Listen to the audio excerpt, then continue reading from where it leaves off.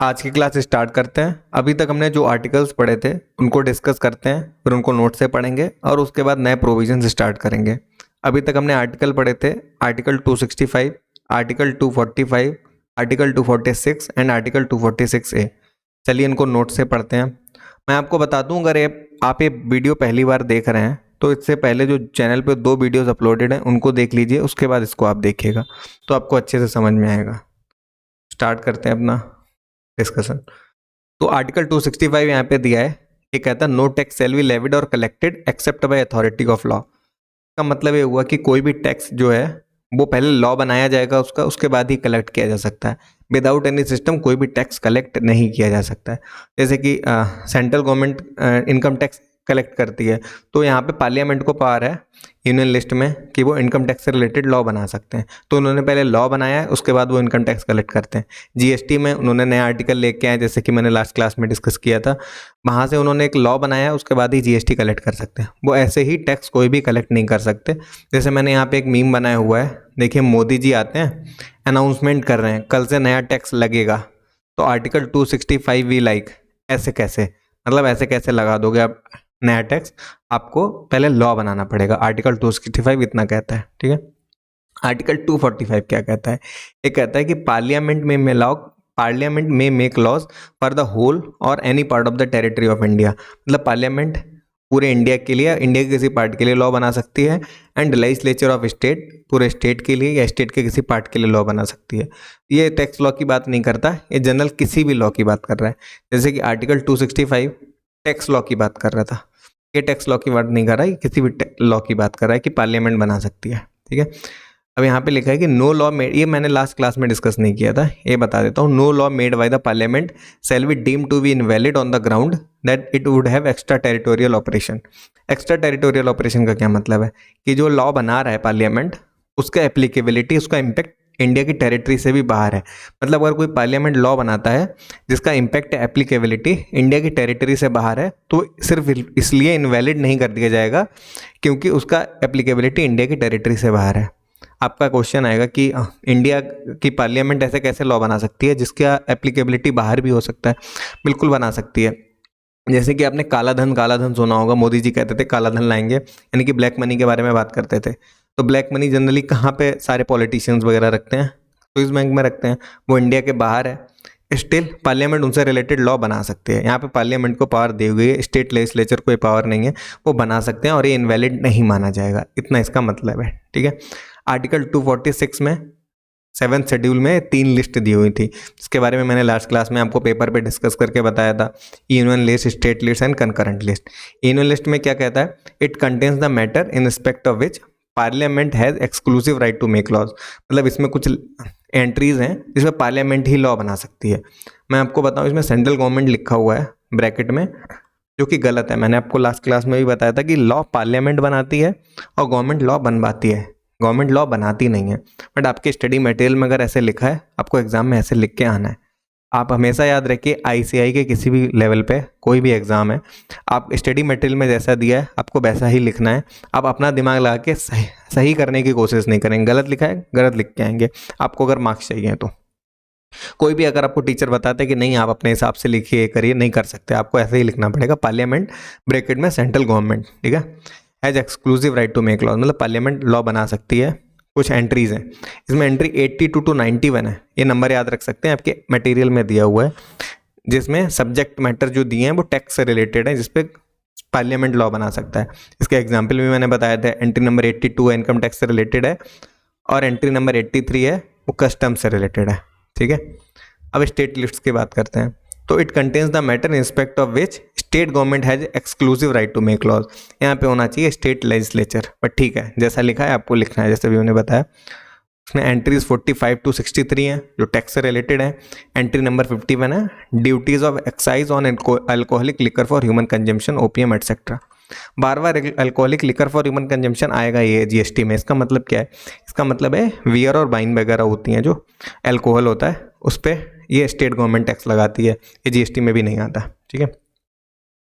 और concurrent list की बात करते हैं तो it contains the matter in respect of which both central and state government have power to make laws. मतलब यही है कि वो मैंने इसका एग्जाम्पल दिया था एजुकेशन, आपकी बुक में कोई एग्जाम्पल वगैरह दिया नहीं है तो मैंने भी यहाँ पे ब्लैंक छोड़ दिया। इसका एजुकेशन है कि स्टेट बोर्ड भी होते हैं, सेंट्रल बोर्ड भी होता है, ये 3 लिस्ट है, ठीक है, के बारे में दिया हुआ था, लास्ट क्लास में पढ़ा दिया था, ये भी थोड़ा सा स्किप करते हैं। आगे बढ़ते हैं आर्टिकल 246A। कॉन्स्टिट्यूशनल अमेंडमेंट के बाद ये आर्टिकल लेके आया गया क्योंकि वहाँ पे कोई पावर नहीं थी जिसमें कंकरेंट लिस्ट में दोनों ही पार्लियामेंट एंड स्टेट लेजिस्लेचर दोनों ही टैक्स लगा सकें, इसलिए 246 लेके आया गया। इसमें दोनों को पावर दी गई कि इंट्रा स्टेट से रिलेटेड जो भी ट्रांजेक्शन्स होंगे उस पर पार्लियामेंट एंड स्टेट लेजिस्लेचर दोनों ही लॉ बना सकते हैं, और इंटर स्टेट से रिलेटेड जो भी ट्रांजेक्शन होंगे उस पर केवल पार्लियामेंट लॉ बना सकता है। इतना यहाँ पे दिया हुआ था। और कुछ 5 प्रोडक्ट दिए हुए हैं जिन पे फ्यूचर में जीएसटी लगेगा। Petroleum crude, high speed diesel, motor spirit, natural gas and aviation turbine fuel, 5 products पे फ्यूचर में जीएसटी लगने वाला है। ठीक, इतना मैंने लास्ट क्लास में पढ़ा दिया था। आपको ज़्यादा जानना है तो आप फिर से एक बार लास्ट क्लास देख सकते हैं। जो भी अभी हमने पढ़ा ये हमारा लास्ट क्लास का रिवीजन था। अभी हम पढ़ते हैं अपना आगे के टॉपिक्स का डिस्कशन करते हैं जो कि नए हैं। तो इसमें है need for the constitutional amendment, constitution को अमेंड करने की ज़रूरत क्यों पड़ी। ये हमने लास्ट में भी पढ़ा था बट आगे कुछ डेफिनेशंस इसमें दिए हैं, ये हम नया है, ये पढ़ेंगे।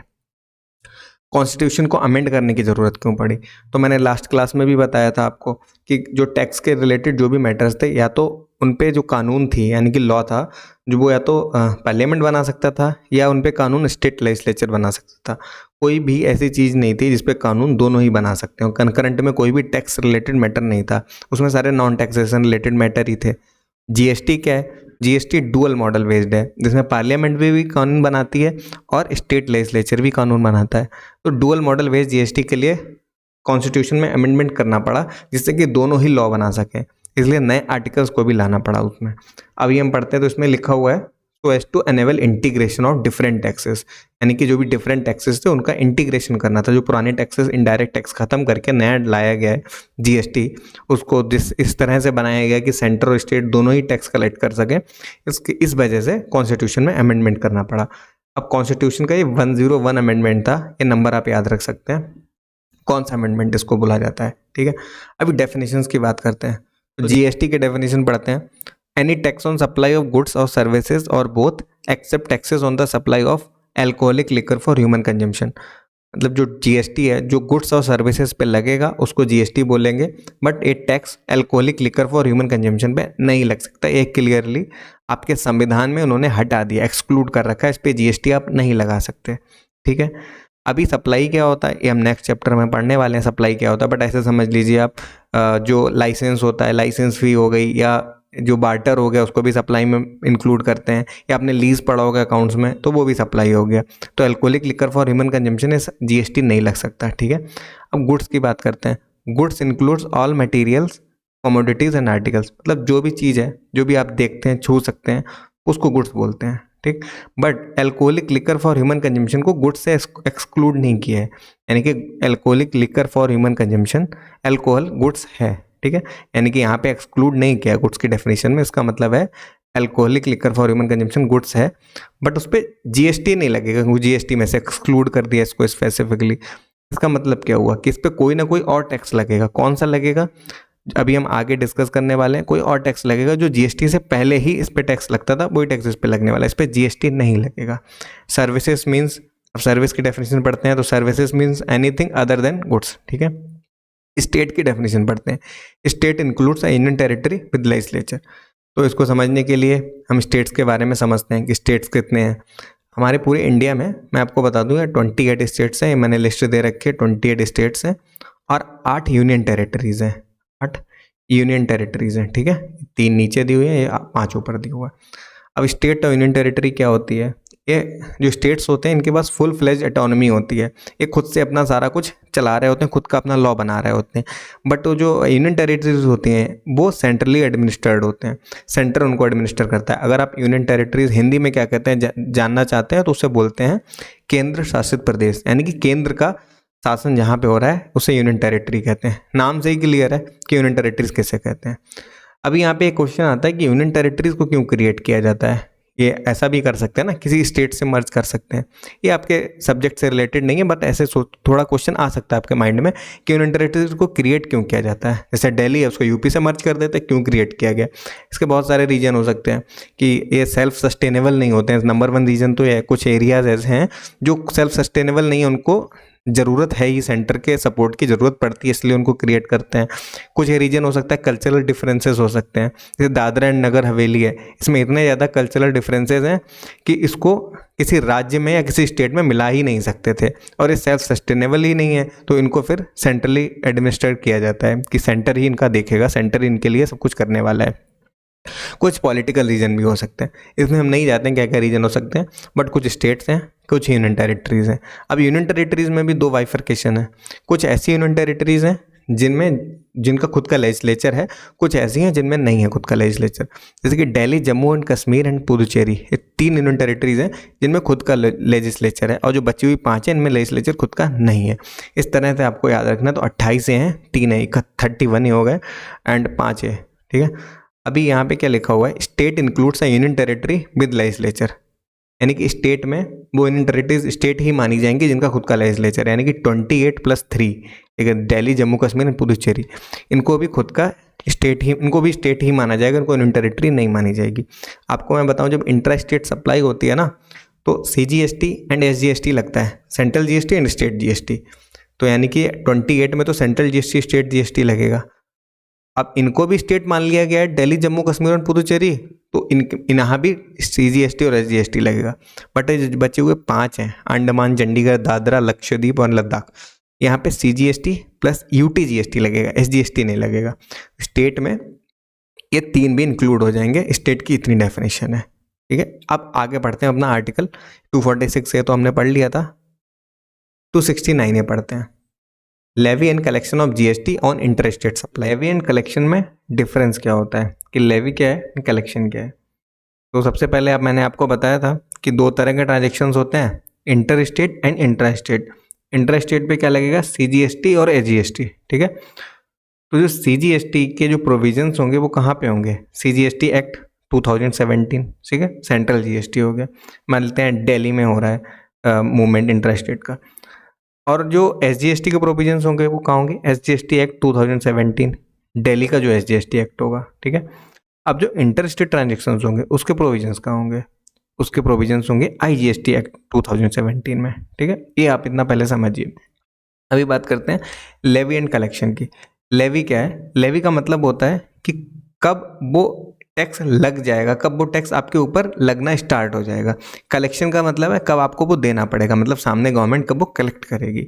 अभी इनकम टैक्स का एग्जाम्पल लेते हैं, जैसे आपकी सैलरी इनकम आती है, सर्टेन लिमिट के बाद आपको टैक्स लगना स्टार्ट हो जाता है, ठीक है। कलेक्शन गवर्नमेंट कैसे करती है, वो उसका क्या तरीका है, TDS काट सकती है अलग अलग टाइम पीरियड पे, ठीक। और दूसरा तरीका है असेसमेंट ईयर में आप अपना अगर कोई टैक्स बचता है तो आप पे कर देते हैं। तो कलेक्शन डिफरेंट है। टैक्स कब लगा, आपकी सैलरी आने लगी, सर्टेन लिमिट क्रॉस की, टैक्स लगना स्टार्ट हो गया, टैक्स की जो लायबिलिटी अराइज हो गई आपकी पहले ही अराइज हो गई, कलेक्शन गवर्नमेंट बाद में करती है। तो लेवी एंड कलेक्शन में काफ़ी थोड़ा सा डिफरेंस है। अभी हम इसको पढ़ते हैं। GST on supplies in the course of inter state trade or commerce shall be levied and collected by government of India. यानी कि इंटर स्टेट के जो ट्रांजेक्शन्स होंगे उसमें जो टैक्स लेवी एंड कलेक्ट किया जाएगा वो इंडियन गवर्नमेंट कलेक्ट करेगी, यानी कि सेंट्रल गवर्नमेंट कलेक्ट करेगी। अभी आप इसको आर्टिकल 246A से कंफ्यूज मत करिएगा। इसमें क्या था कि जो GST से रिलेटेड ट्रांजेक्शन्स होंगे उस पर लॉ कौन बनाएगा, लॉ की बात हो रही थी कि इंटर स्टेट से रिलेटेड होगा, पार्लियामेंट बनाएगा, इंटर स्टेट में दोनों बनाएंगे, parliament and state legislature. Inter state से रिलेटेड लॉ बनाएगा पार्लियामेंट, ये लिखा है 246A में, और इंटर स्टेट से रिलेटेड जो भी ट्रांजेक्शन्स होंगे उस पर GST कलेक्ट कौन करेगा, वो करेगी सेंट्रल गवर्नमेंट। यानी कि पार्लियामेंट लॉ बना रही है, टैक्स कलेक्ट कौन कर रहा है, सेंट्रल गवर्नमेंट कलेक्ट कर रही है, ठीक है। तो ये लिखा कहाँ होगा, इंटर स्टेट है, मैंने भी बताया था, IGST एक्ट में ये सारा कुछ लिखा होगा। आगे बढ़ते हैं। Such tax shall be apportioned between the union and state in the manner as may be provided by the parliament on the recommendation of GST council. अभी जो IGST में क्या होता है ना, जब जैसे कोई गुड्स है उसकी सप्लाई पे 18% GST लगता है।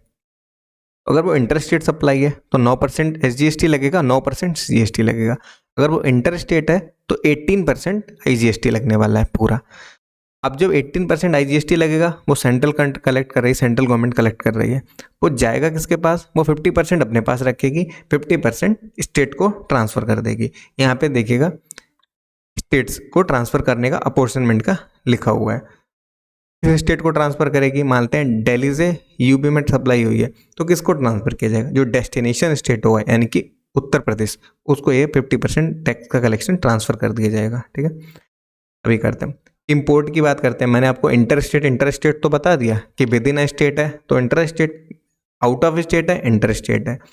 बट अगर वो आउट ऑफ कंट्री है, कोई दिल्ली से सीधे एक्सपोर्ट कर रहा है या दिल्ली में सीधे इंपोर्ट ले रहा है, इंपोर्ट करवा रहा है बाहर से किसी दूसरी कंट्री से, तो उसका क्या होने वाला है, तो उसको इन्होंने आर्टिकल में ही लिख दिया है कि इंपोर्ट को ये इंटर स्टेट ही मानेंगे, यानी कि इंपोर्ट को भी इन्होंने इंटर स्टेट भी मान लिया है। इसका क्या होगा फिर, इसकी वजह से क्या होने वाला है कि सेंट्रल गवर्नमेंट है वो IGST लगाएगी ना। अगर इसको इंटर स्टेट मान लिया है, इंटर स्टेट पे लगाएगा कौन tax, government of India. Inter state से ट्रांजेक्शन, इंटर स्टेट से रिलेटेड लॉ कौन बनाएगा, पार्लियामेंट, यानी कि इंपोर्ट से रिलेटेड लॉ कौन बनाएगा, पार्लियामेंट। टैक्स कौन कलेक्ट करेगा, सेंट्रल गवर्नमेंट ने लिखा है। ठीक है, तो लिखा हो this will give power to central government to levy GST IGST। ठीक है, IGST एक्ट के थ्रू IGST लग जाएगा। एक कंसोलिडेटेड फंड ऑफ इंडिया की भी हम रुक के बात करते हैं, पहले हम इसके बारे में बात कर लेते हैं। Parliament is empowered to formulate the principles regarding place of supply. तो पहले प्लेस ऑफ सप्लाई क्या होता है इसके बारे में जानते हैं। प्लेस ऑफ सप्लाई का मतलब है दिल्ली से कोई गुड्स अगर सप्लाई होते हैं तो दिल्ली से मानते हैं यूपी में सप्लाई हो रहे हैं, तो प्लेस ऑफ सप्लाई क्या है, यूपी, यानी कि जो डेस्टिनेशन प्लेस है जहाँ पे वो सप्लाई हो रहा है गुड्स या सर्विसेज, उसको प्लेस ऑफ सप्लाई बोलेंगे। और जो ओरिजिन है जहाँ से निकल रहा है उसको ओरिजिन प्लेस बोलते हैं, और जहाँ पे पहुँच रहा है उसको डेस्टिनेशन प्लेस बोलते हैं। तो डेस्टिनेशन प्लेस को हम प्लेस ऑफ सप्लाई बोल देंगे। प्लेस ऑफ सप्लाई के प्रोविजंस कौन बनाएगा, पार्लियामेंट बनाने वाला है। यानी कि जो सेलर्स का प्लेस हुआ वो क्या हुआ, ओरिजिन प्लेस हुआ। जो परचेजर का प्लेस हुआ उसको क्या बोलेंगे, डेस्टिनेशन प्लेस बोलेंगे। यही सर्विसेज के केस में होने वाला है। प्लेस ऑफ सप्लाई क्या हुआ, अगर दिल्ली से गुड्स निकलते हैं और वो कंज्यूम कहाँ किए जाते हैं या परचेज कहाँ किए जाते हैं, यूपी में, तो प्लेस ऑफ सप्लाई यूपी हुआ है। तो पार्लियामेंट है वो उसके रिगार्डिंग के प्रिंसिपल बनाएगा। पार्लियामेंट बनाएगा तो इसके प्रिंसिपल्स कहाँ दिए हुए हैं, IGST एक्ट में दिए हुए हैं। when supply of goods or services or both occurs in the interstate trade or commerce। Interstate से रिलेटेड कौन प्रिंसिपल्स बनाने वाला है, वो भी पार्लियामेंट बनाने वाला है। अब हम ये पढ़ते हैं, सेकंड लास्ट पैरा दिया हुआ है, where an amount collected as IGST has been used for payment of SGST, such amount shall not form part of consolidated fund of India। consolidated fund of India क्या होता है, पहले हम ये समझते हैं, आइए पेपर से समझते हैं कि consolidated fund of India क्या होता है। जैसे सेंट्रल गवर्नमेंट है, प्री GST हम बात करते हैं, तो सेंट्रल गवर्नमेंट कोई भी जो पैसा कलेक्ट करती थी वो स्टेट गवर्नमेंट में बांटती थी। उससे पहले जैसे कि सर्विस टैक्स की बात कर लेते हैं। सर्विस टैक्स का उनका जो भी कलेक्शन हुआ है, सर्विस टैक्स का जो भी कलेक्शन हुआ वो एक लॉकर में कंसोलिडेटेड फंड ऑफ इंडिया में डाल दिया उन्होंने। लॉकर समझ सकते हैं आप इसको, यहाँ पे सारा पैसा इकट्ठा करते हैं। ठीक है, इसके बाद वहाँ से सारा पैसा स्टेट्स में डिस्ट्रीब्यूट होता है। स्टेट्स को कितना पैसा जाता था, 42%। ठीक है, बट GST में ये लिखा हुआ है कि GST का जो IGST का जो भी पैसा कलेक्ट होने वाला है वो कंसोलिडेटेड फंड ऑफ इंडिया का पार्ट नहीं बनेगा, वो सीधे ही स्टेट को ट्रांसफ़र किया जाएगा। कितना अभी हमने ऊपर पढ़ा था, अपोर्शन किया जाएगा स्टेट्स के बीच में, डेस्टिनेशन स्टेट को दिया जाएगा 50%, क्योंकि डेस्टिनेशन स्टेट को 50% देना है। कंसोलिडेटेड फंड ऑफ इंडिया के थ्रू जाना है तो वो 42% जाएगा। यानी कि अगर वो कंसोलिडेटेड फंड ऑफ इंडिया के थ्रू करते तो पूरा पैसा स्टेट गवर्नमेंट के पास नहीं पहुंचता, तो वो आगे क्रेडिट पास ऑन नहीं करते। क्रेडिट पास ऑन नहीं करते तो उससे क्या होता, जो GST है वो कॉस्ट का पार्ट बनता और कैस्केडिंग इफेक्ट आने लगता। इसलिए इन्होंने इसका पार्ट ही नहीं बनाया है। अब पढ़ते हैं हम, अब आपको शायद समझ आ जाएगा। Where an amount collected as IGST has been used for payment of SGST or vice versa, such amount shall not form part of the consolidated fund of India। This is to facilitate transfer of funds between the center and the states। ठीक है, तो ये हमारा article 269 sorry ये खत्म हो गया। 269A article हमारा खत्म हो गया। आगे हम बढ़ते हैं आर्टिकल 279A की तरफ, GST council. Article 279A GST council start करते हैं। GST council article 279A। आपको GST तो पता है, जीएसटी क्या होता है? टैक्स है, ऑब्वियसली पढ़ ही रहे हैं हम कब से। काउंसिल क्या होता है?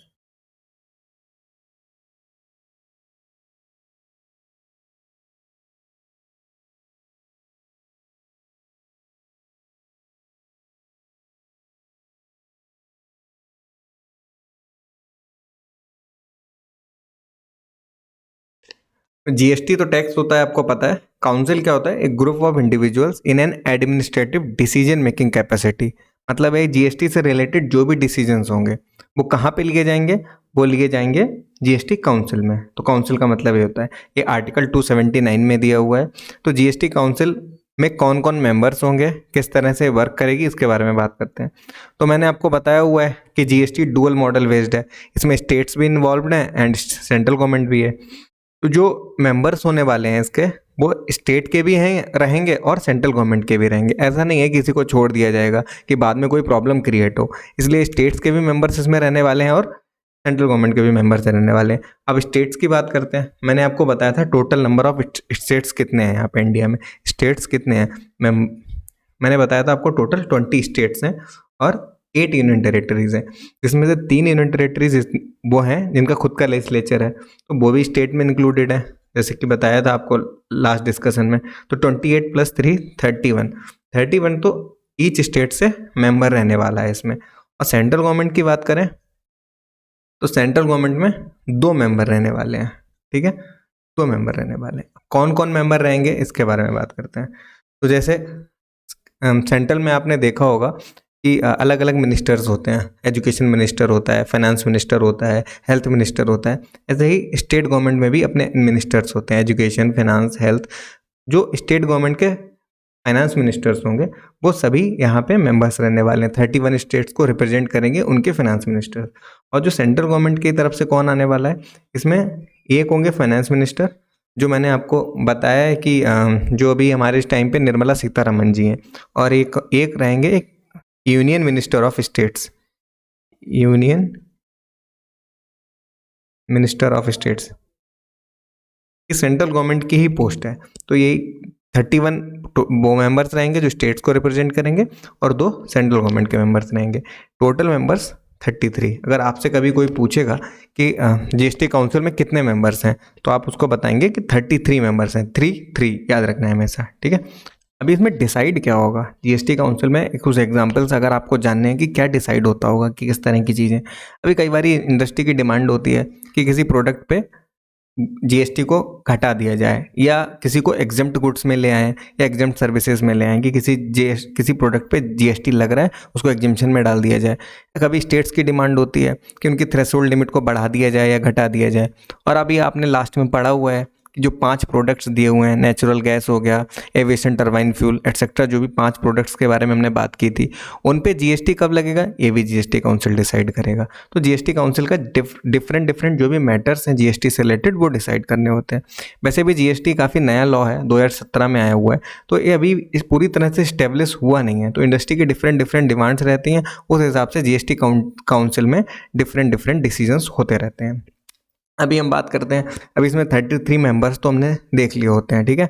अभी इसको लीड कौन करेगा, चेयरमैन इसका कौन होगा? तो 33 मेंबर्स में से जो यूनियन फाइनेंस मिनिस्टर होगा वो इसका चेयरमैन रहने वाला है। तो बाकी सारे इसमें मेंबर्स जो हैं वो वोटिंग करेंगे। देखते हैं कैसे। देखिए, central government and state government. State government में तो मैंने बता दिया आपको 31 मेंबर्स हैं, वो सारे के सारे वोटिंग करने वाले हैं। जो डिसीजन होगा ना वो मेजोरिटी से आएगा। अगर किसी भी मुद्दे, जो भी मुद्दा डिसाइड होना है कोई भी, उसमें अगर 75% वोट पड़ जाता है उसके फेवर में तो वो मुद्दा डिसाइड कर लिया जाएगा। मिनिमम 75% वोटिंग पड़नी चाहिए उसके फेवर में, ठीक है। बट सेंट्रल गवर्नमेंट के जो होंगे रिप्रेजेंटेटर, उसमें केवल 1 ही वोट है। जो यूनियन मिनिस्टर ऑफ स्टेट है वही वोट डालेंगे।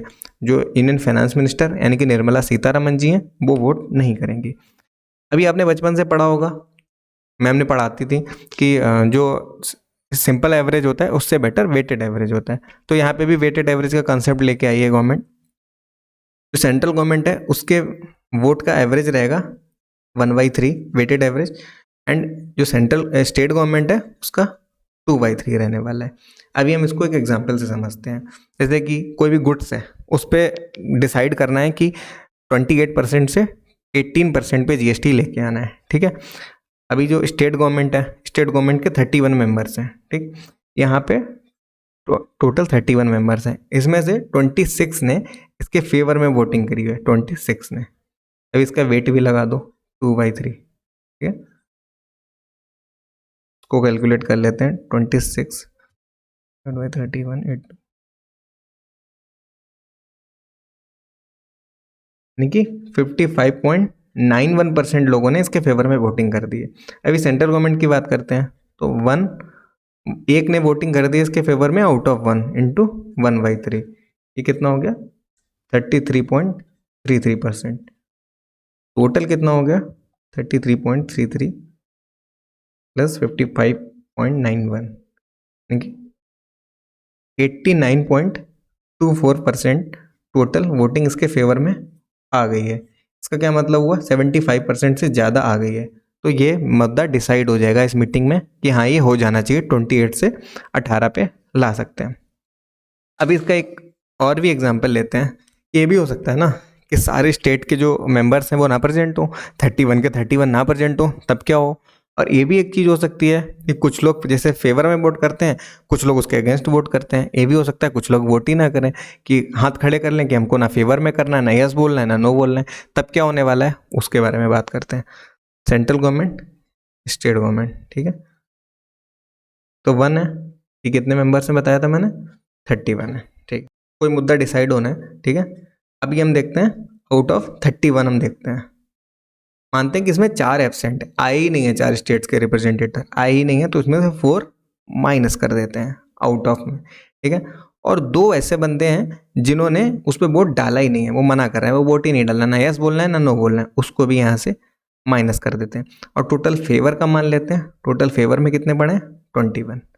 यहाँ पे हम वही रखते हैं 1/1 इंटू 1/3, ठीक है। तो कितना हो गया 33.33%। और दूसरा कितना होगा 21 divided by 31 minus 6 25 80 into 2/56%। Total कितना हुआ है 33 यानी कि 89.33% टोटल फेवर में आया है। और चाहिए कितना होता है हमको मिनिमम 75% का, मतलब ये मुद्दा भी यहाँ पे डिसाइड हो जाएगा। तो इसका क्रक्स क्या है, इसका क्रक्स ये है कि आपके जो वोटिंग में जो फेवर में वोट पड़े उसको आपको ऊपर रखना है, जैसे कि 21 मैंने रखा। जो टोटल है 31 उसको नीचे रखना है, ठीक है। और उसमें से जो एब्सेंट है उनको माइनस करना है, और जिन्होंने वोट ही नहीं दिया है उनको माइनस करना है, और दोनों तरफ वेट लगा देना है। इस तरह से अगर आपका परसेंटेज 75% या उससे ऊपर आता है तो वो मुद्दा डिसाइड हो जाएगा मीटिंग में। चलिए हम इसको अगर पीडीएफ से पढ़ लेते हैं एक बारी।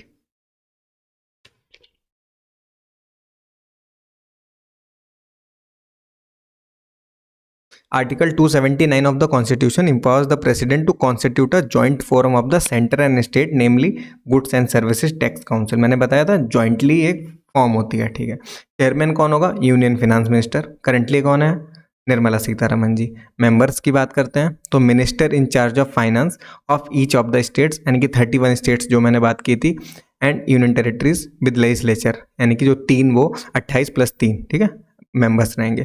Union minister of state in charge of revenue और फाइनेंस ऑल, एक सेंट्रल गवर्नमेंट की पोस्ट होती है, मैंने बताया था। फंक्शंस क्या है इसके, to make recommendation to the union and the state on the important issues like tax rate, exemption, threshold, dispute resolution etcetera, ठीक है।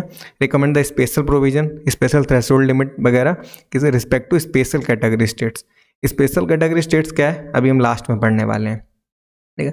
GST council shall also have recommend the date on which GST be levied on petroleum crude, high speed diesel, motor spirit, natural gas and aviation turbine fuel. इसका अगर आप एक memory technique बनाना चाहें तो वो बना सकते हैं। जो 5 प्रोडक्ट है उसका मैंने यहाँ पे नोट्स में नहीं दिया है, मैं बता देता हूँ। इसका मेमोरी टेक्निक हो सकता है नेचुरल हेम्प। इसका क्या मतलब होता है, एन से नेचुरल गैस, एच से हाई स्पीड डीजल, ए से हो गया एविएशन टर्बाइन फ्यूल, एम से हो गया मोटर स्पिरिट, पी तीसरे हो गया पेट्रोलियम क्रूड। तो आप इसकी मेमोरी टेक्निक याद रख सकते हैं। 5 प्रोडक्ट हैं जिन पे जीएसटी काउंसिल जब बताएगा तब इस पे टैक्स लगने वाला है, ठीक है। चलिए कंटिन्यू करते हैं यहाँ पे। Okay, decision by majority, every decision of the GST is taken by majority of the not less than 3/4। 3/4 का क्या मतलब हुआ? 75%, एटलीस्ट 75% वोटिंग चाहिए ही चाहिए of the weighted vote of member present and voting, यानी कि जितने प्रेजेंट हैं और जो वोट कर रहे हैं। तो प्रेजेंट जितने थे, एब्सेंट माइनस करना जो मैंने बताया था एग्जाम्पल में, और 2 जो वोट ही नहीं कर रहे हैं वो माइनस करना है। Vote of the centre has weight of 1/3 and state है 2/3 of the total votes in that meeting, बता दिया। अब स्पेशल कैटेगरी स्टेट्स की बात कर लेते हैं। ये क्या है?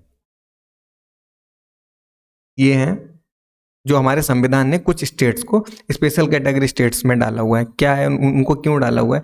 जो नॉर्थ ईस्ट के स्टेट हैं सारे वो डाले हुए हैं, और 3 स्टेट जैसे कि जम्मू कश्मीर और उत्तराखंड एंड हिमाचल प्रदेश, इन तीनों को डाला हुआ एक्स्ट्रा। क्या मेनली अगर आप देखेंगे तो हिल एरियाज़ हैं। यहाँ के प्रॉब्लम क्या है? यहाँ पे इनकम वगैरह की प्रॉब्लम है, कम है, या बॉर्डर के पास में एरियाज़ हैं। स्पेशल कैटेगरी स्टेट्स में क्या होता है कि गवर्नमेंट जो है उनको स्पेशल असिस्टेंस देती है सेंट्रल गवर्नमेंट, इसलिए उनको क्रिएट किया जाता है। तो इनमें कौन कौन से हैं, मैंने इनका जो सीक्वेंस है वो चेंज किया मेमोरी टेक्निक के हिसाब से।